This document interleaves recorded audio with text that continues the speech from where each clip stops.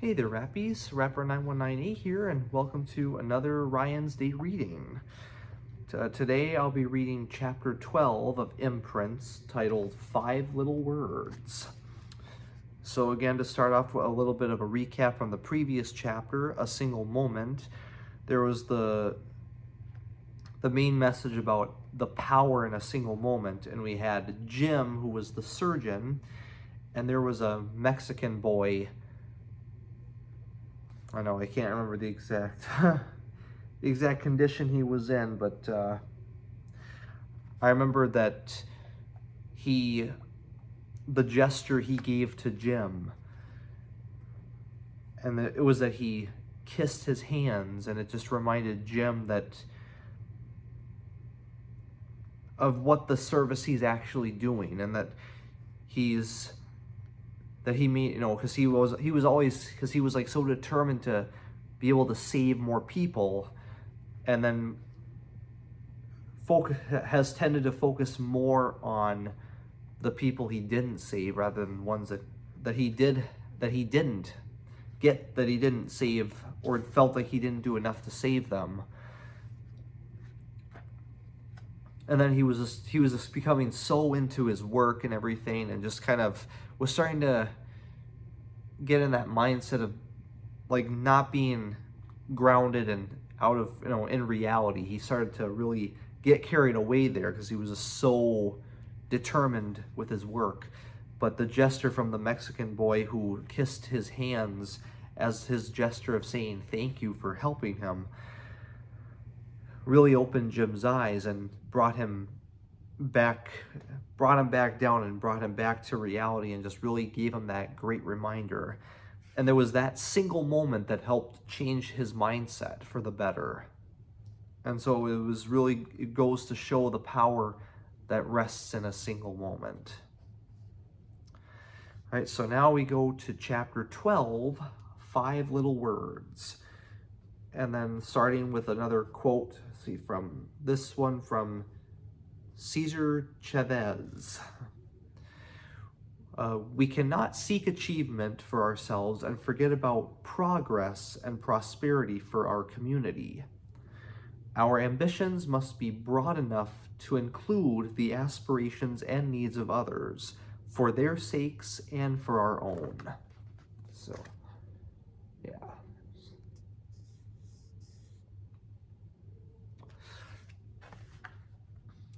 All right, here we go.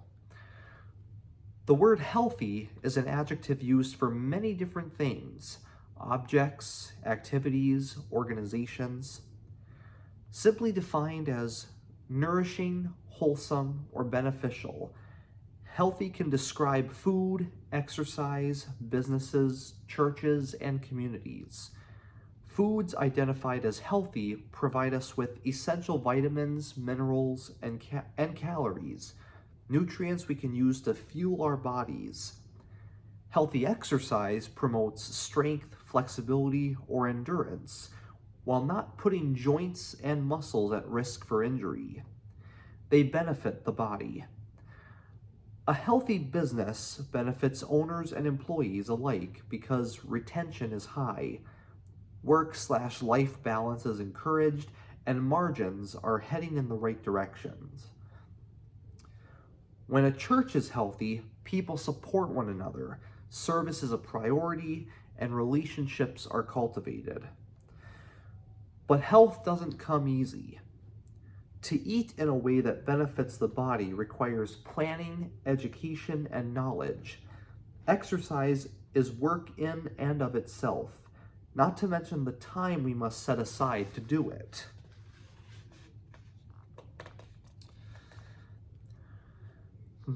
Achieving health takes work, especially when it comes to relationships.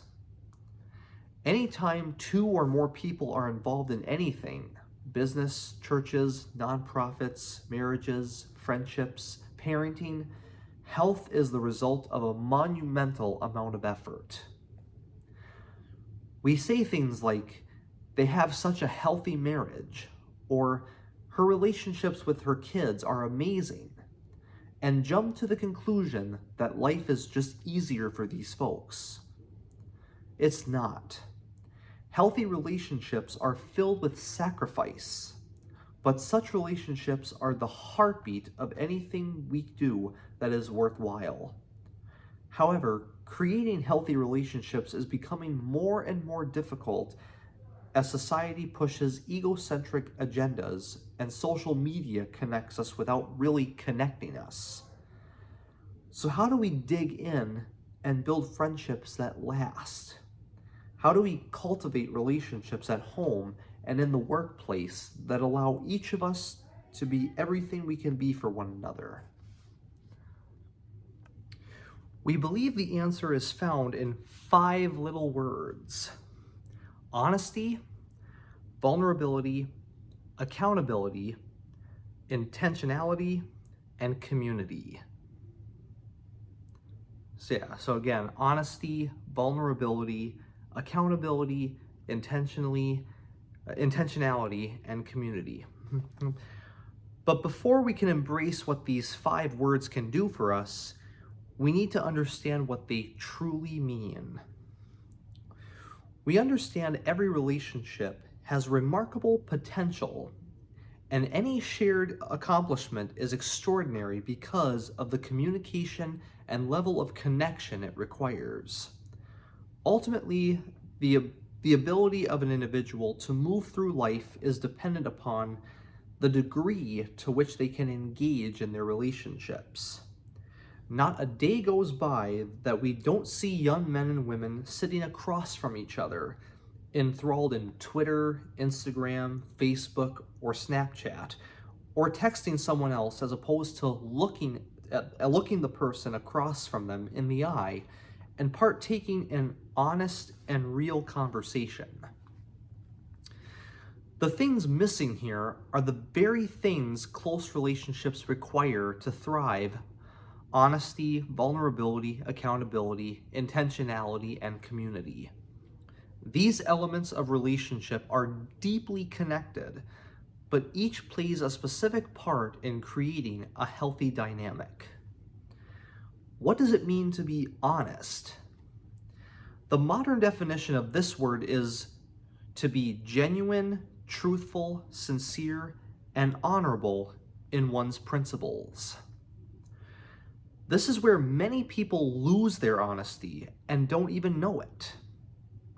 The word's origin, the Latin word honors, means to be held in or deserving of honor.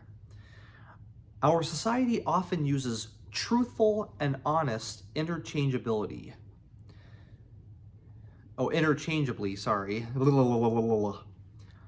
Yeah, our society often uses truthful and honest interchangeably. But if we only embrace the truthful portion of the definition, we can get ourselves in some major trouble. How many times have you heard someone protest, "I'm just being honest," when they say something that is true but intended to hurt someone else or cause conflict? Have you ever been guilty of offering up factual information, truthful information, with the intent of stirring the pot? Being truthful and being honest are not mutually inclusive. There are times in every relationship when we might tell ourselves we're being honest with a friend or partner, but our motives do not line up. No matter how true our words might be, if they are said with the intent to wound, our behavior is not honorable, and therefore we are not being honest. Saying one thing and meaning another is not honest. Passive-aggressive communication is not honest.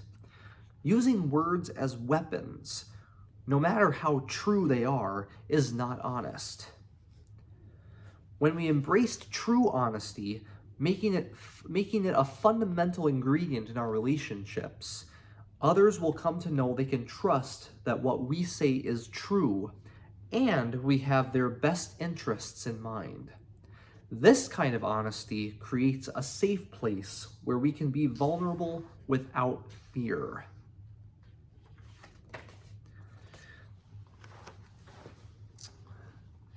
All right, and this is Patrick talking here. A few years ago, Justin and I, Patrick, we're wrapping up a day of speaking with a dinner party. Holding my glass of wine in my left hand, I raised Justin's to his lips with my right. We had delivered a keynote earlier in the day about the power of human connection, and we're now enjoying conversation with fellow speakers, sponsors, and conference attendees. A tall, broad-shouldered man in a gray suit approached us. Salt and pepper hair combed back, eyes narrow behind round glasses. We recognized him from earlier, when he had delivered an eloquent, thoughtful talk on community health. He sized us up and then blurted out with an air of disgust, "When I first saw you guys, I knew you were full of crap," and crap in brackets. Justin and I just looked at him. The air was suddenly tainted with a cloud of awkwardness. Is this guy for real? Then he smiled. I'm glad to know I was wrong. He then asked how two men could have such a deep, raw, and intimate connection. I want what you guys have. I just don't know how to do it. I smiled. I can't speak for Justin, but I know what our lifelong relationship has required of me.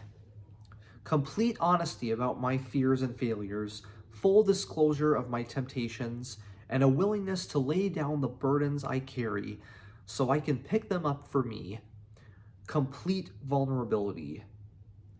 The man's narrow eyes were replaced by wide saucers. The thought of being that open with another person, let alone another man, is terrifying. This interaction sums up how so many people feel about vulnerability. Being vulnerable is often associated with weakness, and showing others our weaknesses is countercultural. For some, even counterintuitive. Fear is often our first reaction when we are challenged to shed some skin. We fear rejection, being considered unworthy. This trepidation is made even more powerful when we have histories of trauma or abuse. And also before I go on, I want to say I think these words are what people are exactly feeling, why they're afraid to do it. And hopefully by speaking it out, like people can come to terms with that and be like, yes, that's exactly how I feel. When you're watching this video, that people will think, yes, that is exactly why. That is exactly why I'm afraid. Yeah, but I feel like if we all really express those feelings, then we don't have to worry about it anymore. Because other people feel the same exact way. A good way to put it is that strengths wouldn't exist without weaknesses and vice versa. Like if we have one, we couldn't have one without the other. Everybody has strengths, but everybody has weaknesses too. And it's not a bad thing. I myself have weakness. I definitely have weaknesses. Like sometimes I'm not the best. I feel like I'm still not exactly the best at talking with people because of, my autism. Not a super social guy, but I know some people who are also less social than I am. So, but, I'm not trying to compare or, try to put mine into perspective there, but I'm just trying to give an example that, I myself am not, I'm not perfect. Like I know maybe to some it might seem that way, but you don't feel what I feel inside. Like if everybody could like really truly walk a mile in someone else's shoes, like a Freaky Friday thing to happen, as what I've said before. Like when I necessarily don't have a good day at work, if I'm I've talked with my mom about that, and that's what I would say to her. It'd be nice if you would be able to really be in my position, like have a Freaky Friday thing where we switch bodies and stuff. Really get what a day in the life of somebody is like. I think that is, but we shouldn't be worrying. We shouldn't worry about rejection from others, because I'm sure others feel the exact same way. They're afraid of being rejected too.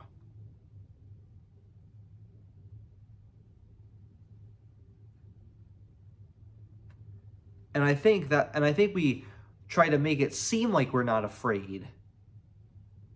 And then I think people want to also be the first one to reject too, so that they don't have to admit that they're afraid too, because then they don't want to admit that they have that kind of weakness in them.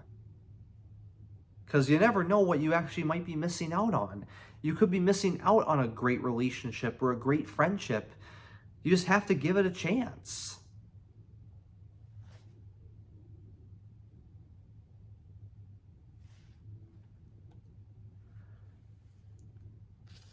Yeah. Right. Circumstances and life experiences often give us reason not to trust others. But any healthy relationship is grounded in love and acceptance, loving each other regardless of how worthy or unworthy we might be. There is beauty on the other side of vulnerability.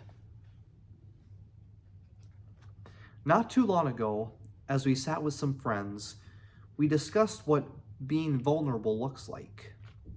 Their insights were profound. One of them stated, "Only when someone knows all of me can they truly love me. Only when someone knows all of me can they truly love me." Being vulnerable is a terrifying prospect. Yes, I know. We all can agree with that. But these words are so true. And this idea is the foundation of any close relationship. There isn't a thing the two of us don't know about one another. Each fear, every failure, and all of the skeletons in the closet.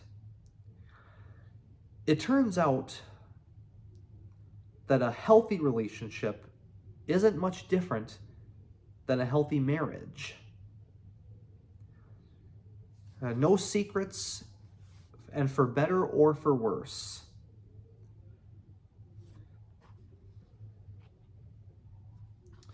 When we trust others with all of who we are, we give them the opportunity to love all of who we are. Sharing just the good stuff, the things we are proud of, the things that don't scare us, makes for pretty shallow relationships. But when someone chooses to love us because, in spite of who we are, that's real love.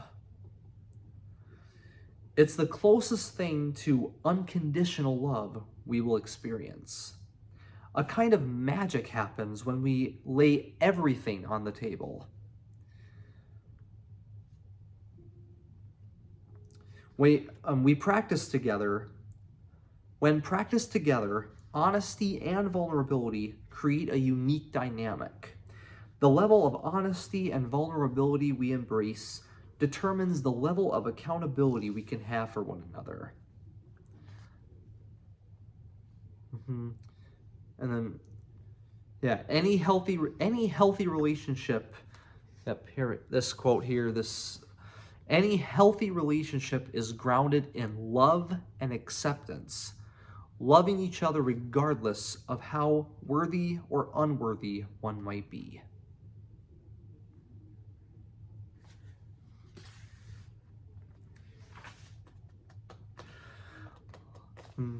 Life is a journey, and we never arrive.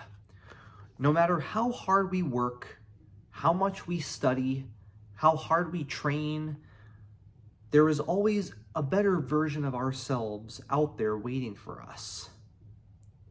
The second we think we have arrived, that better version of us becomes more distant. And if we continue to shallow the lie, our better self will elude us forever. But when we pursue honesty and vulnerability in relationships, something beautiful is able to thrive. Something that keeps each of us from thinking we have arrived. Something that lets us discover the better version of ourselves waiting beyond each new experience. The us our friends deserve. The us our spouses deserve. The us our children deserve. That something beautiful is accountability. But let's be honest. Embracing accountability is scary. It means we have to face that we're fallible. We're going to be wrong. We don't have some things figured out. We're not perfect. We make matters even more terrifying. Being accountable means letting others know all about our dark, yucky stuff, the dirt. It means not only allowing others to see the painful struggles we face, but also being okay with them calling us out on the behaviors that make us less than we can be. The behaviors keeping us from attaining a better version of who we are. There are many reasons people live on the surface, never really sharing all they are, never being vulnerable and honest, let alone accountable. If we are truthful with ourselves, we all have been there at some point, walking through life wearing masks, hoping no one sees through them, pretending we have arrived, but knowing deep down we are slaves to identities built on secrets, lies, and omissions of truth. Who wants to live like that? Like really, who wants to live that way? Accountability is so freeing. Pursuing relationships with honesty and vulnerability allows our loved ones to know and love all of us.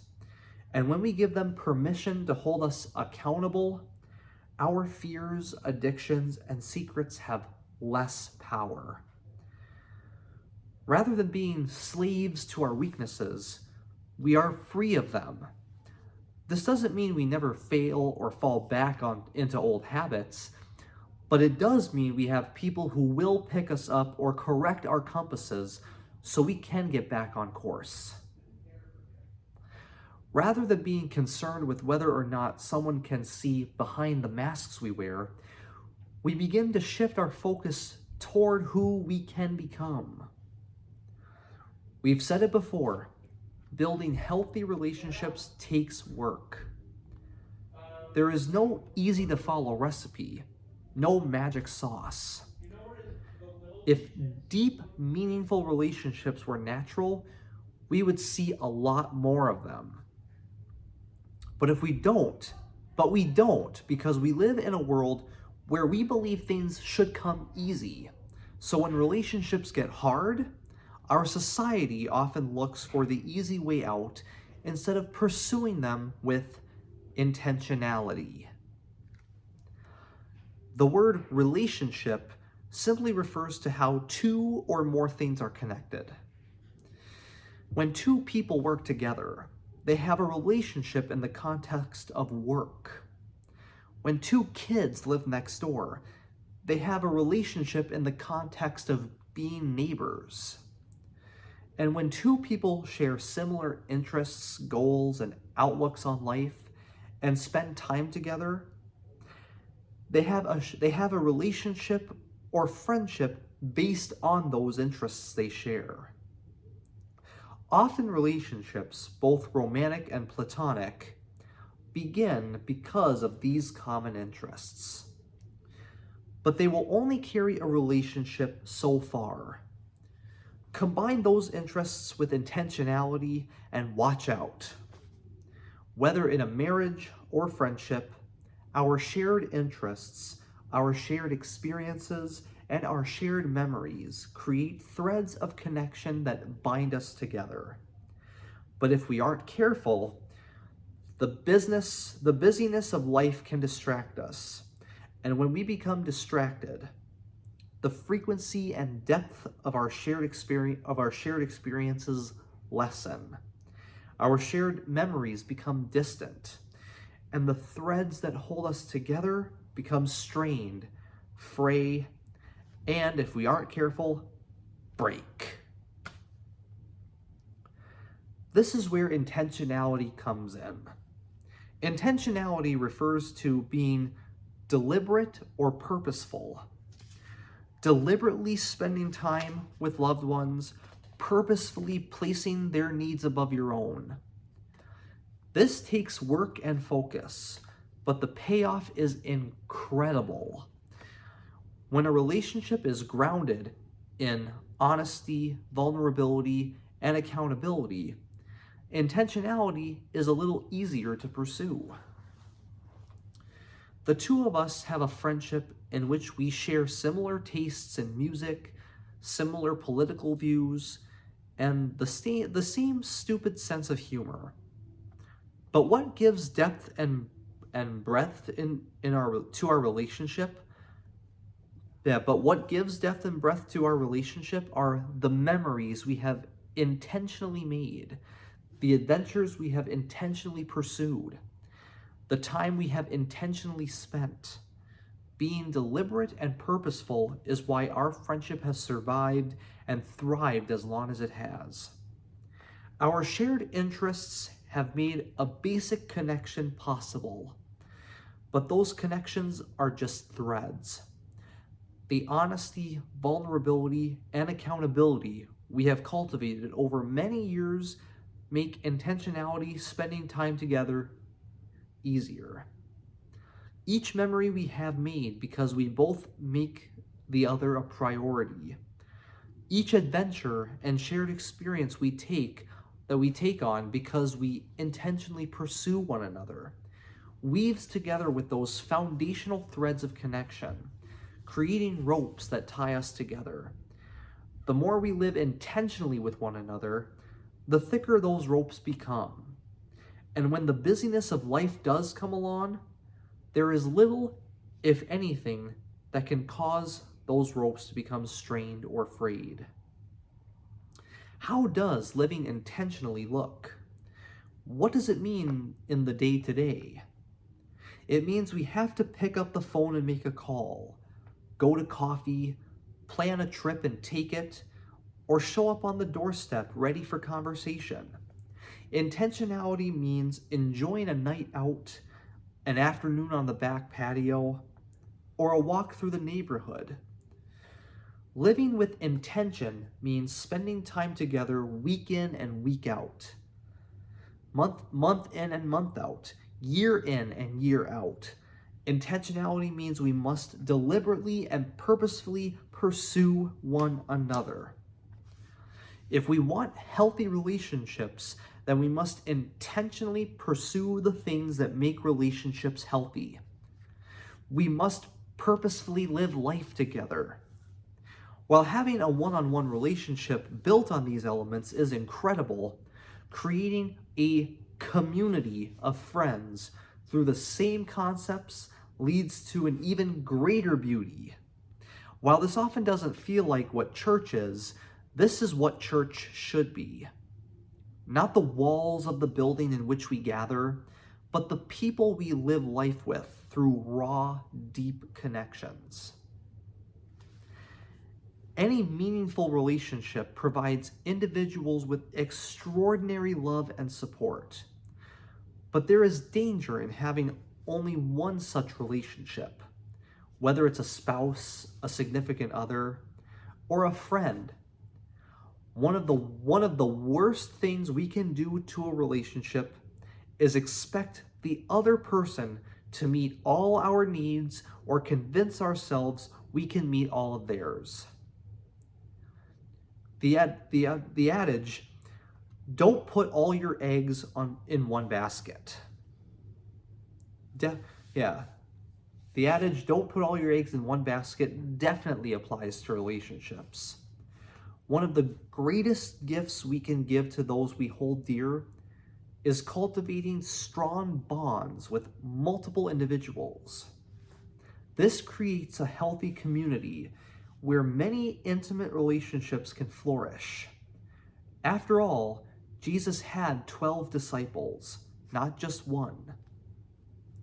Each person in our lives possesses wisdom, experience, and perspective that differ from our own.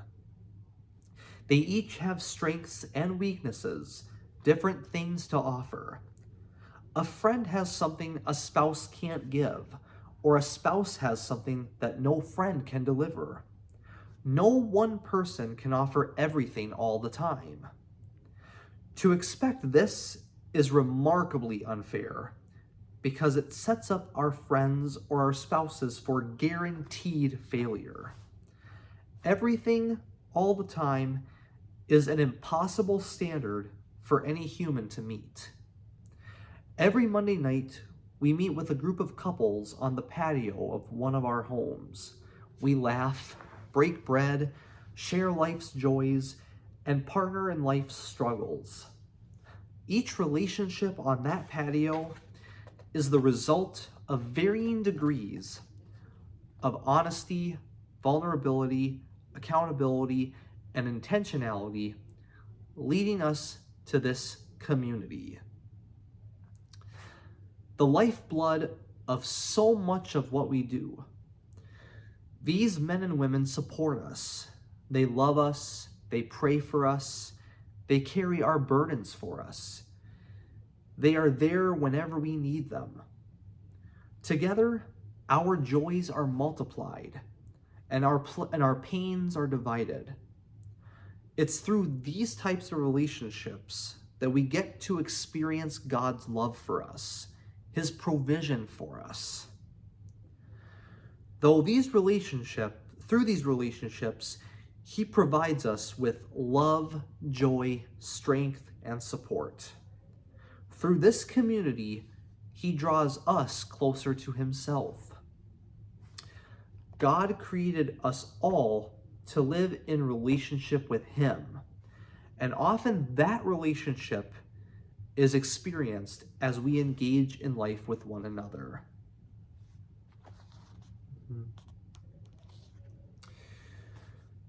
We were never meant to live in solitude. We were created to live in community with one another, so we can know love, and so we don't have to navigate the struggles of life on our own. Any relationship grounded in honesty, vulnerability, accountability, and intentionality is beautiful. But when a group of people living life together embraces the same principles, each person becomes capable of so much more. More strength, more faith, and more love.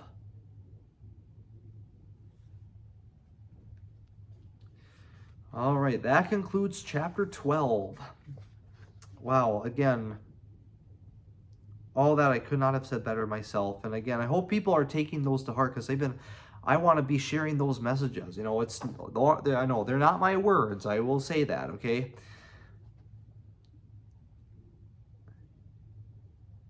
I myself, I definitely agree with all that, because I must say I myself have weaknesses too, as I said. And I'm not the best with communicating. At least I'm not great all the time. There's some times where I am, I think, but I could definitely do better, and especially at work. And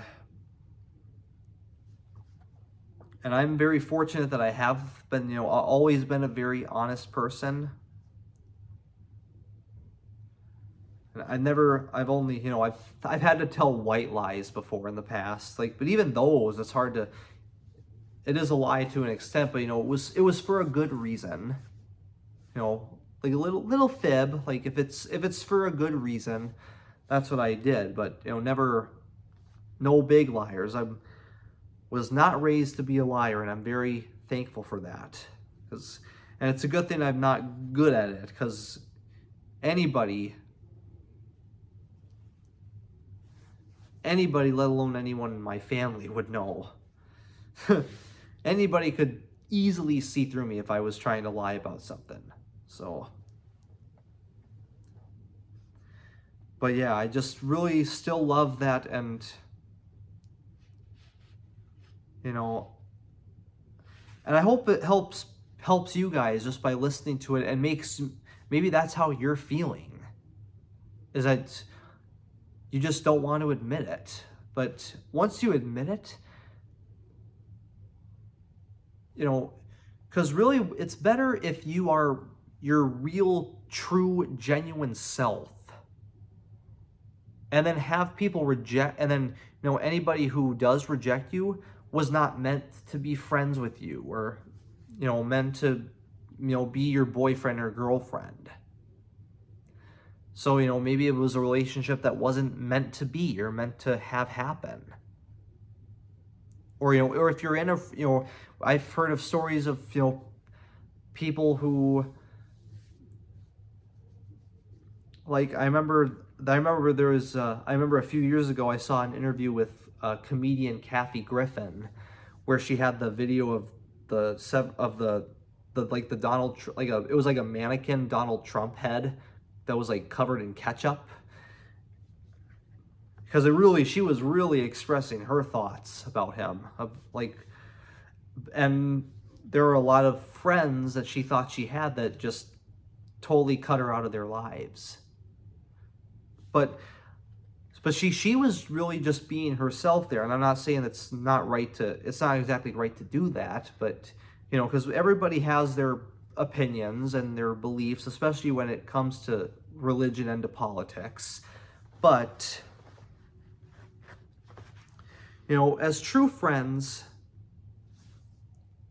you know, you may not agree with them in, you know, in terms of their religion or their political beliefs, but if you were a true friend, you would still be their friend regardless of that stuff. Like, you can accept that. You can accept that you guys just you don't agree with it. But you can't let that stuff determine the status of your relationship as well. So, you know, if they accept you on that, then they are your true friends, because you're actually really being your true self.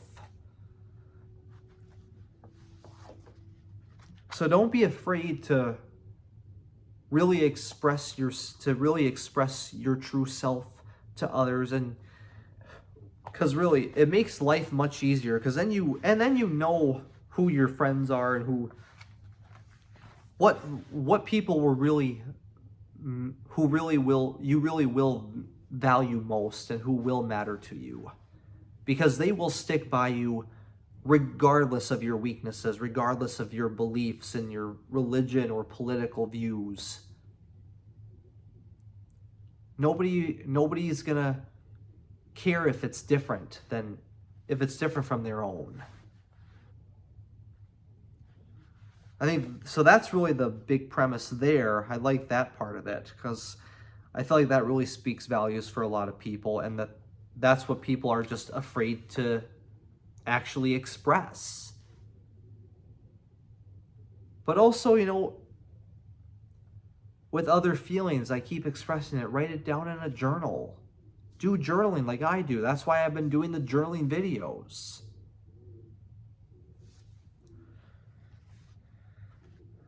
Yeah, so you know, and then hopefully me trying to really express myself a lot more on here, it creates a community here on my channel. So that's what I would love to have happen. All right, and I'm again very thankful for all my subscribers. I can't believe I have as many as I do now. It's absolutely crazy, and I like that those people have stuck by me, and you guys are sticking with me throughout all my videos. And I apologize that I'm uploading very frequently, but I like to, you know, make videos, do what I can when I can, while I can, because, you know, as I've said, I don't know, you never know how much time I don't know what, because you never know what, I'm trying to, treat every day as if it were my last. I'm really trying to make the best of it here and just try to help be a good influence in a way. Because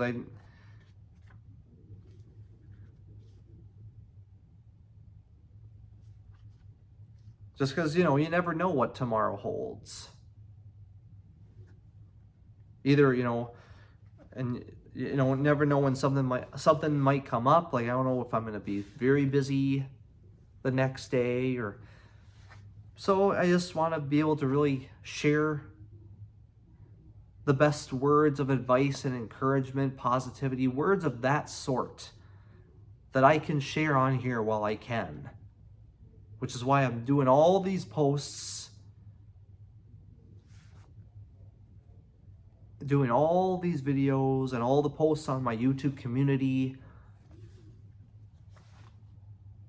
I'm just really, that's just me. I'm being me. I want to help spread the positivity and also provide entertainment with the karaoke covers I do.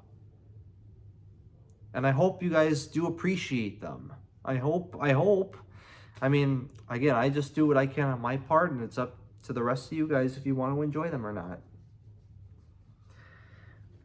Well, anyways, thank you, Rappies, again very much. Hope you guys enjoyed it. Stay tuned next time as we go into Chapter 13, The Power of the Collective.